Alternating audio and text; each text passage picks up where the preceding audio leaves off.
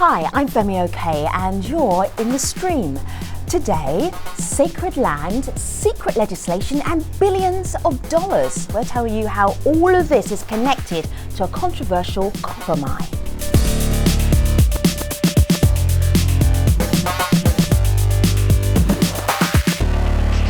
Now we're about to dig into an underreported story in Arizona in the United States. Our digital producer Malika Bilal is going to help us do that. Starting off with what, Malika? Well, you're right, it is underreported. There's not a whole lot about this issue. So we wanted to give our viewers a deeper dive into this topic. Okay. So for that, you can head over to the Stream's new app. And there you'll see pictures of the land that residents say has a really rich history. You'll also find a place to tweet your comments on today's topic and interact with the live show. We'll see those tweets. And of course, there's a poll to share what you think.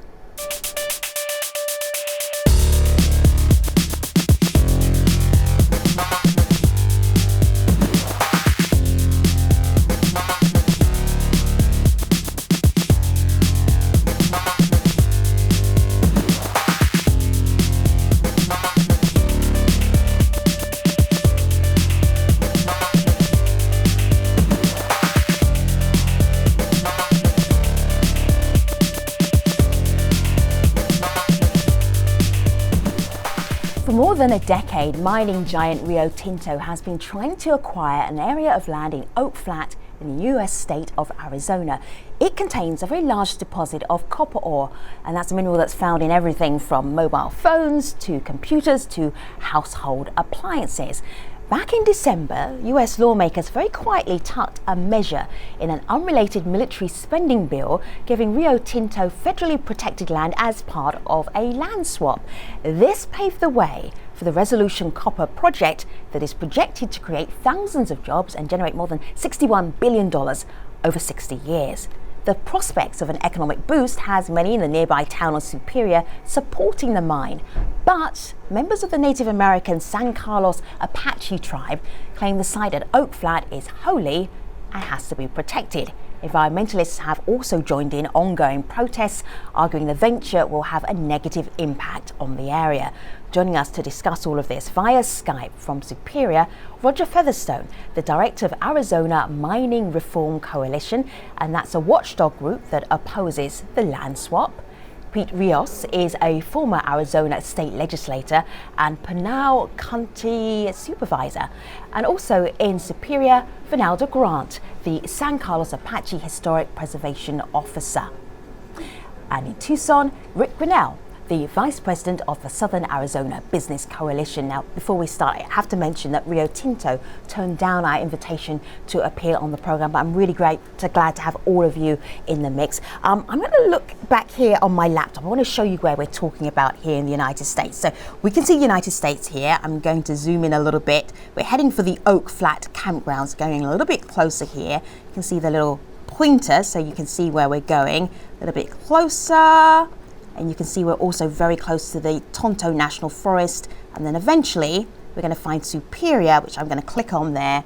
And then you'll see where Superior is in relation to the Oak Flat campground. Rick, Pete, I'm trying to get my head around this idea of doing a land swap. What's so valuable about the campground that a mining giant like Rio Tinto would want to swap? What's the deal here? You get this, we get what?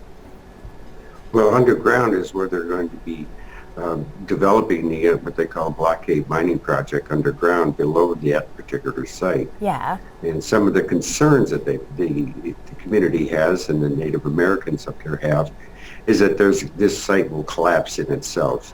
Yeah, but hold on a minute, Rick, though. I'm trying to just get the idea of this land swap, first of all. Maybe, Pete, you can help me out with this. What's a land swap even got to do with the whole mining process? The land swap basically is pristine land that Resolution Copper is exchanging with the United States of America. Right. For every 1 acre of federal land that the mining company gets, they put up 2 acres of pristine land that can be preserved in other parts of the state of Arizona. So that's why we call it land swap. All right, and Pete, I have to disagree with you there about the land that Rio Tinto has control over. none of it is pristine, and none of it is near the ecological, recreational, or cultural value that what we would lose from the Oak Flat area, much of which is protected by executive order by President Eisenhower. So this is one of the key parcels of land that's being exchanged is in one of the communities I represent in Mammoth, Arizona. It's a 7B ranch. It's a mesquite bosque on the San Pedro River. It's a bird nesting area where birds that migrate stop there. If that's not pristine, if that's not preserving nature, then I don't know what is. That particular ranch was an agricultural field in the 1930s that had the water turned off, and now has become an even-age mesquite bosque. Maricopa Audubon Society did a study of all the parcels involved in this swap, and recommended that none of those be included. Well, I heard and the it word, even has artesian wells on it. Pete and Roger, I heard the word pristine there. I've heard a lot about this land that you're talking about, but one thing I haven't heard is the word sacred, and that's something we're seeing online from people. So this is a tweet we got from Razormine, who writes, "The land is sacred to the Native Americans. Money is sacred to the boardroom. Who do you think will win?" But it's that idea of sacredness to a culture that then got pushed back on Facebook. This is Shada, who writes us, "Sometimes I feel these claims of sacred and holy lands are used to start a moral battle, which is focused on drawing compensations from corporations." So Ronaldo, when you hear that, of course, do you disagree, because this land to you is sacred? Yeah, yes, it is. It is very sacred, and it's sacred is what's used in the law and the law of the government. And in our language, we use holy. We use a word in Apache, and it's guriye or gurilze. And it brings about a very personal element and an individual element or a group element or cultural element. This word is is a direct connection to our Creator. And these lands are representations of areas that Creator made for us to be able to give thanks and to be able to pray and to make that connection, and as well as also to use elements of these areas, these landscapes, to support us in our health. I'm just May I say something? Sure, go ahead, and then Pete. I'll come straight back to you, Rick. Go ahead, Pete. Okay, this is Pete Rios, and I think what your audience needs to understand, first and foremost, that this is not a new mine. This is an expansion of an existing mine that has been there for generations and generations, for at least 100 years. So it is not a new mine in any way, shape, or form. As far as the sacred land for my brothers and sisters of the Apache tribe, they have not utilized that land historically as claimed by some. We have some oral histories from some of the elders in St. Carlos Apache Reservation that basically say that they have no knowledge of it being used. Did it start being used for sacred ceremonies again, or at least in 2012? Yes, but that was partly due to them trying to get more ammunition against having Resolution Copper continue the expansion of an existing mine. So I just wanted to make that clear. Thank you. Yeah, you know what? This is really, if I this may, is Ronaldo again. Ronaldo, hold tight for a moment. Let me just bring in Rick, because he's been waiting quite patiently, and I'll come back to you. Rick, okay. What did you want to add? Okay. well, if I may, I think what people need to understand too about the state of Arizona, 88% of the land in the state of Arizona is government land. We're the fifth largest state in the United States of America. This is an amazing amount of land mass, and a very large part of that belongs to the Native Americans. And I think that if we all look at and want to appreciate the value of what we have, the land that we stand on today here in Tucson, Arizona is probably just as important to the culture here as it is to the Native Americans up there. And part of that gift that has been given to us is the natural resources.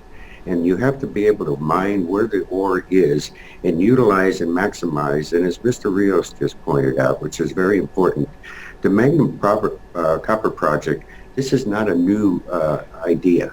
This has been going on for generations.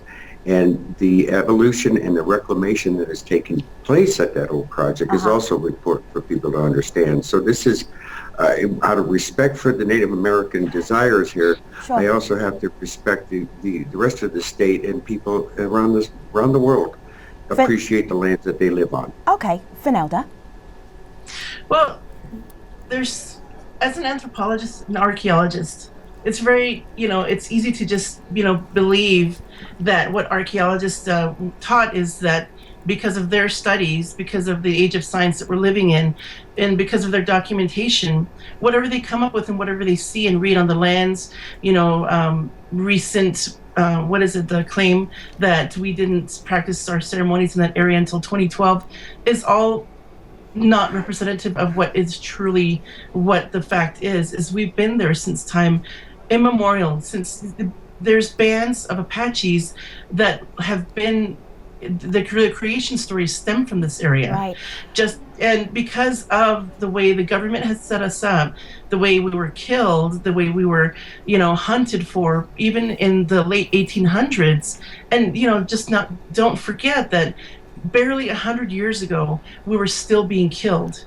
And, not even 50 years ago were we able to vote and be accepted in the towns of Miami and Globe. All right, let me push things on just a little bit, Vanelda. I think you make your point very strongly. We hear where the debate is between you and Rick and Pete. But we have this massive piece of legislation. It's known as the National Defense Authorization Act, Roger. And so in that is this land swap exchange. How did that happen? How is that even possible? What's that got to do with military defense? Absolutely nothing. And in fact, this bill is about it has nothing to do with national defense. Here we have a foreign corporation that would take for free U.S. minerals. It would process those minerals overseas, and it would deprive religious freedom for a Native American tribe. None of that has anything to do with national defense. But the reason that happened was the 4 senators that worked for Rio Tinto, the 2 senators and the 2 representatives. All right, so I'm just going to give you a little bit of pushback. Do senators actually employed by a Rio Tinto as a big mining company? Are you... Senator Flake actually did work as a lobbyist for Rio Tinto right. at their uranium mine in Namibia right. that's co-owned by the Iranian government. Senator McCain and Representative Kirkpatrick and Representative Gosar they don't literally work for the Rio Tinto mining company. All right, so we've got this legislation. It is in some defense legislation. Pete, does that not weaken the case that they couldn't get it passed by itself? Femi, let me just say one thing first, a point of correction. I know U.S. Congresswoman Ann Kirkpatrick personally. She is not employed. She does not work for Rio Tinto. All right, so, I don't know and this is why. This is what I was saying. I was just checking to make sure that we weren't trying to score political points here. Let us push things on. Go ahead. But in terms of your question, yeah. Why did they tack it on to the National Defense Authorization Act? Because they had been trying to get the legislation through Congress for about 6 or 7 years, and somewhere along the line, it was stalled. One time it did pass one chamber, but not the other. And there were certain people in certain key positions. I know my good friend from Tucson, Congressman Raul Grijalva, stalled the legislation. But you have to remember that we're watching internationally. So basically, it couldn't get passed. For how many years? 10 years? For about 6 or 7 years. 6 or 7 years, and then it snuck in under the wire. In some respects, it's a process that does occur in the legislative process. We call it Christmas treeing. In other words, it's a vehicle that's moving, and you hang your ornament on it because you know it's going to pass, right. And you try to keep that amendment on there. There were other things that were tacked on to the Defense Authorization Act quite a lot having to do with banking. In the U.S. Yes, it okay. does. All right. Let's talk a little bit If I may, let's talk a little bit give me a about pause national- give me a pause for a moment, because the international community also want to join in the conversation, and I come straight back to you, Malika. Of course, and now that this has actually passed, people want to know, well, what is this going to do for the community as of now? So there's a discussion on who benefits from this. Mustafa Idris on Twitter says, won't the allocation of land to copper mine giants create new job opportunities and bring development? But he gets an answer here. Katela on Twitter says, I am Lakota, and our name for the invaders of this land is fat takers. This is who Rio Tinto is. She wants to know who gains. And Rick, it seems to say that the people, the residents, the Native American residents, won't gain, in her view. Well, I want to back up, if I may, just to a little bit about this legislation process. First of all, the ability for the United States to produce and to be able to sustain its own economic development is very much part of a national security. And I don't care if you're in the U.S. or anywhere around the world, if you don't have a strong economy, if you're not able to use the resources that are necessary, your national defense takes a major depreciation. And we enjoy a great freedom here in this country. And without that freedom, we are unable to have these types of constructive dialogues. You can go in places around the world where this debate may not be feasible or possible because of the ability of the United States and the national defense and the security of our freedoms. In order to sustain those freedoms, you have to have a strong economy. You have to have a strong military that also provides humanitarian efforts around the world. And you have to be able to understand the legislative process. So this legislation went through both houses of Congress, was signed by the President of the United States. Right. Unlike when you're dealing with certain environmental agencies that basically are imposing legislation without the use of Congress, the oversight of Congress, or the inclusion of Congress. So for you, I think it's a little disingenuous Rick.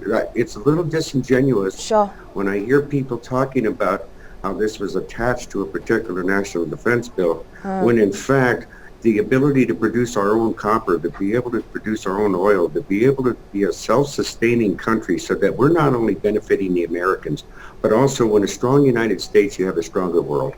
To the point of the economic development issues for the Superior, let me say this. Everybody's talking about billions of dollars, $61.4 billion over the life of the mine. I'm a small business owner. When I go to my business every day and I'm looking at my budget, I'm saying, can I add a little value to my business each and every day and evolve in that business and let that economy evolve so that it benefits not only myself and my family, but also the people that I touch, the charities that I'm able to donate.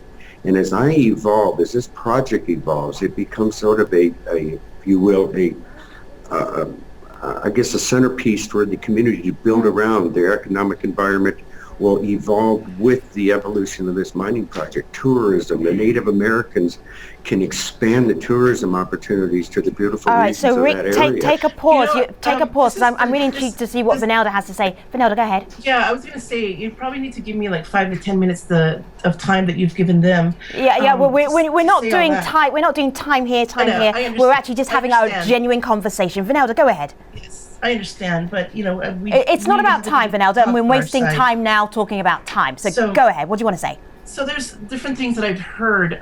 One is that we're citizens of the United States. We're taxpayers as Native people. We abide by all the rules and the laws that we live on because not all of us were killed and not all of us were the government didn't get rid of all of us, so they have to deal with us. And they promised treaties. They promised all kinds of different things that they broke, and it's continuing to occur. This actual fight began in 2002, and Can I focus us on jobs here, Vanelda? Just your take on jobs and a benefit to the community. How do you see the impact of this land swap? I don't see any benefit economically to the tribe or the cities, because a lot of the stuff, the elements of this mine is really full of technology. There's going to be a lot of robotics. There's going to be either going so deep down into the earth, 2 miles down. What is that humanly possible? And of the things that they're taking out, water over 104 degrees, and then all these different things, that are elements that would hurt a human being, it's not healthy for them. All right, Vanelda, you've probably seen this. Can I make a comment on jobs? Let me just show everybody what Vanelda was talking about, because I think this is an important point. I'm sure she's seen this. This is the panel caving method that will be used in the Oak Flat area once it turns into a copper mine or goes back into expanding into a copper mine. Have a look at this. In panel caving, we will actually mine from underneath the ore deposit. It's a three-step approach. First, go deep into the earth, break up the rock containing the copper ore, then create hourglass-shaped caverns to funnel the rock downward, and finally, remove it from the bottom. So, Vanelda, even though this potentially could provide a lot of jobs, you would rather it didn't for your area? Let me address the jobs. Because I'm a copper miner. I'm going to allow Vanelda to finish her point, and I'll come right back to you. Vanelda, very quickly. Okay, this hurts our people. This hurts our ability, our connection. I personally go to Oak Flat to pray, and an area with all these resources. It's full of life. It's the place where we go because it's full of elements that so are that medicinal, is more important picking, than jobs for you. Let me just hear what our copper miner. No, it is. You're saying that's more important. The right to practice what we believe in, and to have the ability to go to these places to do those things, which is part of our cultural territory, is very important. And and also, it brings healing. That area is healing, and a lot of our veterans go to those places. The veterans that fought for our country, the veterans that fought, for these wars that we've won in the past. I mean, do they not mean anything? And then the copper ores that are going across to Europe. It's going to a country, I believe, Iran. So Vanelda, I'm going to stop you there because we don't know where the copper ore that has not been mined yet will go to. Pete, what did you want to say in response to jobs? Let me say a couple of things real quick. Yeah. First of all, I don't want your audience to assume that the Apache tribe is united and opposed to Resolution Copper. They are not. There are many tribal members that support Resolution Copper. There are many tribal members that have worked in mining. When I got out of high school, I worked at the mines. I worked at the mines every summer while I was going to the university. Guess who worked alongside of me? Native Americans, mostly Apaches from St. Carlos. So at the end of the day, they would benefit from the jobs. These are jobs that pay livable wages. And again, I respect and I honor the Native American tradition and their way of life. But to say that that has been a sacred ground for a generation after generation, at least the elders and seniors from the Superior area, Hayden area, that went there to pick what they call bellotas, acorns, alongside the Apaches, that was the only time that they were seen there. All right, Pete, take a breath. Sacred ceremonies. Take a breath. I've got a minute left before the end of this show, and I'm taking you all to the post show because I know we're not done by any means yet. Roger, what did you want to say in response? I just want to ask, why is it that for Pete and Rick, it's up to you think, to determine whether the area is sacred to peoples or not? Is anyone asking you what areas are sacred for you and what aren't? Is anybody making a determination for your faiths as to what is sacred and what is not? Pete, you stood in the way, or you're trying to stay in the way of the Forest Service's nomination for Oak Flat as a traditional cultural property over the petition that was put together in conjunction between the Forest Service. Roger, finish this sentence, Roger, because we're right at the end of this show. What's the last sentence you want to leave us with before we go to the post show? Is what?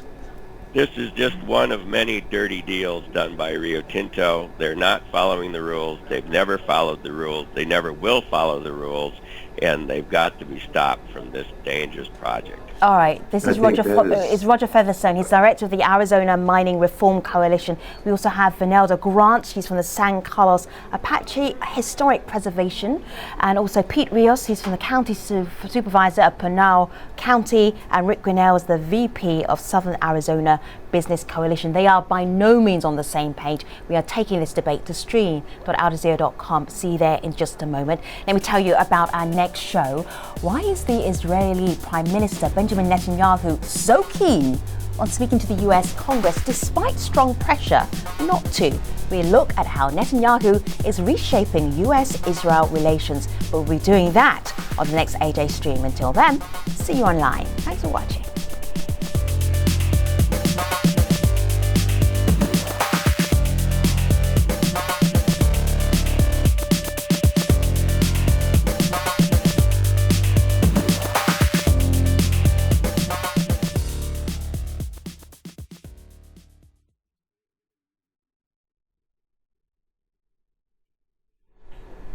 Hello, welcome to the Streams Online Post Show. We're carrying on our discussion on a controversial land swap that has a Native American tribe facing off against copper mining giants. Whenever we talk about mining, there's always that issue about, is it environmentally safe for the residents, people living around the area? Is it something that wants to be done to the land? Obviously, this is an issue in this debate as well. What are you seeing, Malika? And of course, one of the things that people online are rallying around is that environmental issue. So Katela tweets in, as a global community, we must think in terms of our legacy for our future generations. Will they have water? Will they have viable soil or a home? And we also got this Facebook comment. Roger, have a listen to this. Hal says, I can't imagine how much destruction and contamination will occur on healthy land. Where are the environmentalists? So is there an environmentalist uprising against this, basically, for reasons like I mentioned? There has been from the very beginning. Besides being sacred, Oak Flat and of high recreational value, Oak Flat is an ecological haven. It's a desert riparian area. Less than 5% of those ecosystems remain in Arizona currently, and so the environmentalists have been there from the beginning, and will continue to be involved. And the big issue here is water, because this mine, if comes to fruition, will dewater the entire area and make a desert out of this area that has perennial water in springs and streams. Malika or Femi, may I comment? Yeah, please go ahead. Resolution Copper has already submitted a plan of operation. They still need to go through what's called the NEPA process, the Environmental Protection Act. So a lot of these issues having to do with water are going to be raised at that point with the public. And Resolution Copper has already purchased at least 50% of the water that they're going to need for the operation of the 40 or 50 years of life that they're going to have at that particular mine, so that there's still a lot of public input to be had. And this is just the beginning of a process, and Mr. Rios just alluded to. But let's understand something else. Number one, to the Miss Grant, I want to say thank you to my brothers and sisters who I served side by side with in the military, 3 tours overseas. And you know, we all have something here in common.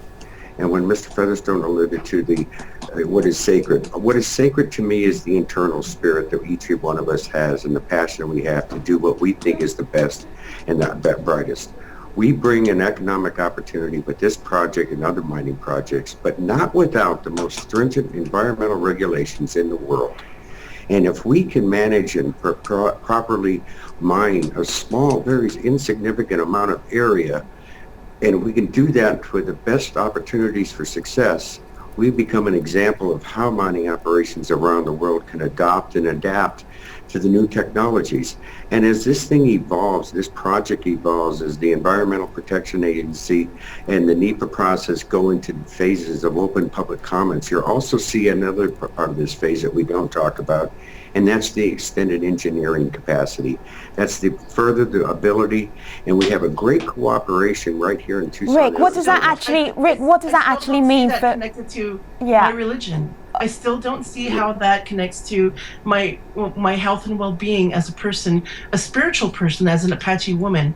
None of that matters. I mean, we're Skyping right now, but that is a whole other different realm. Spirituality, religion, all these different things that we're, supposedly have the freedom to practice here, and it's one of the 2 founding things that our country is founded on. Those are things that are being taken away from us now. I'm sorry, I've been having technical difficulties here. Vinalda, let me ask you this, and hopefully you'll be able to hear me. Hold tight for a moment, Rick. You've got a lot of concerns about this land swap and what Rio Tinto plans to do on the land. How have they managed to address them? What communication have you had with them, or have they had with the local tribes where they may feel like, okay, they're listening to us? Are you getting any indication that you're being listened to? No, and I've been involved with this since 2002. I've been receiving, just letters and texts, not even full government to government consultation. We just want transparency from the government. We want transparency from the mining company. Whatever they turn in, you look through the mining plan of operations, and you really don't see a lot of specifics spelled out on how, where things will be going, what tests will be done, and for us, all these original elements such as water, which is like the source of life here in Arizona. Water is a huge thing. And water, if you change that, if they use it for mining, they filter it and it goes through some filtering process, it's not going to be in its original element that Creator made it to be, that it should be used as. But may I make a comment in respect to that? And that is that Resolution Copper has indicated over the years and told tribal leaders that the area of Oak Flat, where a lot of these sacred ceremonies supposedly are taking place, that they're not going to mine. They're not going to mine there for another 30 years, and they've told the Apache tribe and their leaders that they can continue using that for their practices and worship. Let me show you something here on my laptop. This is a protest that's currently going on at Oak Flat. Vinalda, have you been out in that process? I believe you have, right? Of course, yes. What are you trying to do? We already have this amazing, huge legislation. It's passed. Why are you protesting? What do you have to gain? 13 versions. It passed because it was attached to the National Defense Authorization Act. So why are you protesting now? Because we feel that place is alive. It is a place that's been there that we've been practicing. But it's past, Vinalda. I'm just trying to get a reality check here. What are you trying to do? We're going to be there and be present in that place. You're going to stand in front of the bulldozers and in front of the equipment and not allow them to mine there? What's the plan? I guess if that happens, that's going to happen.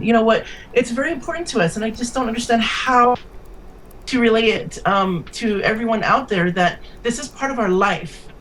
This is part of our culture. It has been since the beginning of time for our people, which there are creation stories for bands of our Apaches that live there. Maybe not everybody is in support of it, but there are bands that originate from there, that their creation stories are from there, and they're not dead. They're still alive. Those stories, a lot of them are still living there. We're still going to do whatever we can. Right there, we're practicing. Okay, Vanessa, take a breath. I could jump in on. Let me just go to Rick, because he's been trying to get in, and then Roger, we'll go to you. Rick, go ahead. And I think to the value of the culture, I think this is actually a greater opportunity to expand the message and the history of that region. And let's understand, we're talking about a significantly very small area. And what the Apache Nation can do is utilizes the exposure that they're going to get to educate the tourists and the people that will come. One thing about mining, it brings an enormous amount of tourism to a region because of the interest in it. And that's a great opportunity for people to educate each other on the various cultures around each community. We all have our own significant, What I'm saying is you can expand. I would, as a business person, I would take this a great opportunity to educate the visitors, not only about the mining, but about the rest of the region, and show people what a beautiful countryside we could be doing that now is. with the rich cultural history that's there. We But could you're be doing not that going to now. get the audience. You're talking about the audiences. after effects. All right, Vinalda and Rick, just take a pause for a moment. Roger, what did you want to add? This bill was fatally flawed, and it has passed Congress in a very dirty way, and we will work to undo that damage. We will work to overturn that bill, and we will use every method that is available to make sure that that this damage is undone. All right. Let me point out that the land is still owned by us, each and every American taxpayer, and would not be turned over to Rio Tinto until these fatally flawed environmental impact statements would be completed. So there are plenty of opportunities to undo this damage. Meanwhile, the price of copper continues to drop, and there is no indication that Rio Tinto even has the technological capabilities to follow through, which is even more reason to make sure that this damage is undone legislatively. All right, I know you have I know you have so much more to say on this subject, but I'm going to give you one more sentence each. If we fast forward 10 years from now, Roger, will we have a Rio Tinto copper or mining operation in place? No, not under any scenario. Even Rio Tinto's scenario, they wouldn't be operating in 10 years. Yeah. But meanwhile, we'll undo this damage and continue to protect Oak Flat for all of its values. Pete, Oak Flat copper ore mine in a decade, 15 years or so. Is that possible? In a sentence? Oak Flat, that is about 35 miles away from the Apache Nation reservation, will be in operation, I suspect, within 13 or 14 years with good, livable, wage-paying jobs. Rick, prognosticate for us a little bit. What do you think? What I would ask people to do is, first of all, when we're dealing with such an emotional issue, is understand there's a lot of fear of what we don't know. And I think as this project and the process and the NEPA process, where it will provide the transparency that is needed and required, it will also provide the technology to evolve and develop. All right, that's your sentence. I'm putting a full stop on your sentence, Pete. Okay. Is that all right? Do you have anything more to say? But I just think this is an evolution of opportunity for the whole community in the state and the country, and also for our visitors from outside the U.S. to come join us and visit It's us. a paragraph. It's a paragraph, Rick. I'm going to stop it there, but thank you. I hear where you're coming from. Vanelda, all right, she's going to give me a hard time about the time here. I will give you 2 sentences, Vanelda. Let's fast forward 10 or 15 years from now. Oak Flat, will it be copper or mining process? Will that be happening or not? What do you think? So this is how I'm going to answer it, and it's my own cultural ways of thinking, is that we're going to pray about it, and we're going to give it to Creator. I might be laughed at in my face, stabbed in my back, but I'm going to keep doing that. Our native peoples need to go out there, wake up, because this is one situation of many in Indian country in the United States that's going to be attacked, that is being initially attacked right now as we speak. So the tribal people out there need to unify, continue to be strong, continue to pray, and to continue to walk in that holy path, because these holy places are the only places that we have. We have no other place to go to, no other place to live, no other place that is blessed. And this is also a part of our cultural territory, which is a vast expanse area that goes from the Grand Canyon into Mexico, from putting a full stop on this sentence, Vanelda.